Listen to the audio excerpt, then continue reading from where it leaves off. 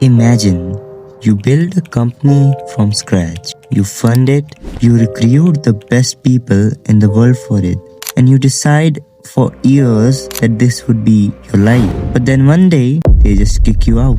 And then the same company that day after a while becomes with a net worth of $500 billion. What would you do? If you are Elon, let's say, you sue them for $134 billion.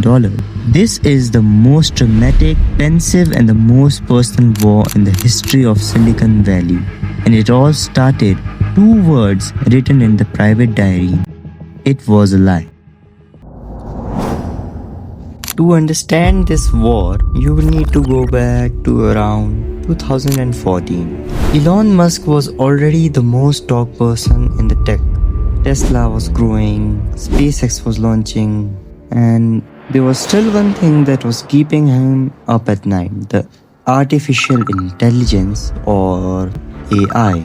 Well, Elon was not terrified because he hated it, but because of what it could become. In 2014, Elon Musk visited a company called DeepMind, Google's AI research lab. What he saw there shook him. He believed that if an AI company like Google, already the most powerful data company on earth, developed super intelligent AI first, it could be catastrophic for humanity. So he came up with a plan. He would build an AI company, but not as a normal one. No shareholders, no profit motive, and no CEO obsessed with stock prices. It would be a non-profit, open to the world for the benefit of humanity. He called Sam Altman, a well-connected startup guy he'd met before. He called Greg Brockman, a brilliant engineer, and together in December 2015, they announced OpenAI. The press release said that they had $1 billion in committed funding. The world was impressed, but here's what they didn't tell you. That $1 billion, most of it never came.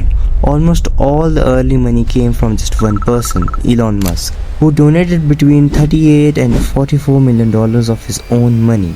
And in return, he had one condition: OpenAI must always remain a non-profit. Everyone agreed. At least that's what Elon thought. By 2017, something had changed inside OpenAI. The research was going well, too well actually, and that one thing meant they needed more money, and a lot more. Building cutting-edge AI isn't cheap. We are talking around millions and eventually billions of dollars in computing power alone. Sam Altman and Greg Brockman started having private conversations. Could a non-profit really compete with Google, which had unlimited resources?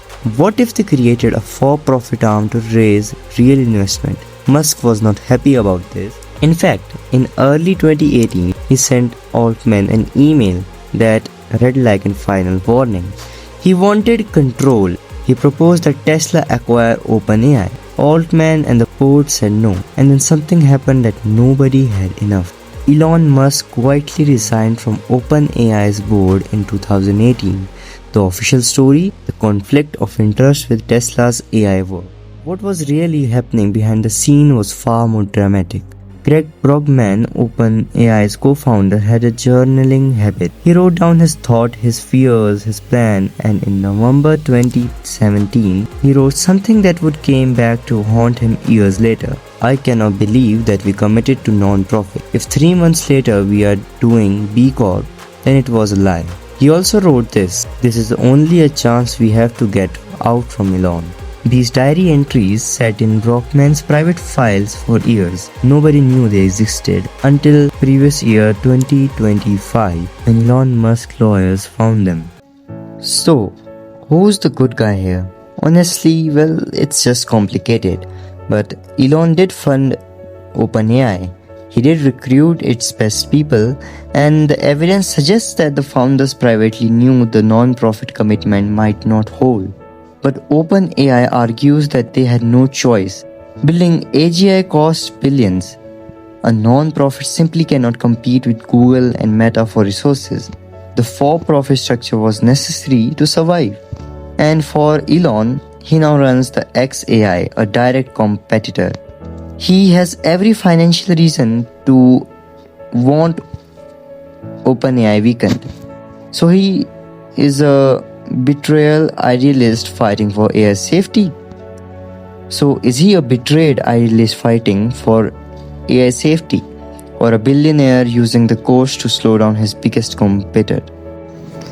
But guys, do like and subscribe the video because this is the end. And tell me about what do you think about this video. Like, is Elon here the right person, or is the OpenAI here the right ones? And what is your opinion on this? And do tell me if you want me to just comment down below that if you want me to create videos where I use my own voice or AI voiceover, and which is much more preferable for you. Thank you.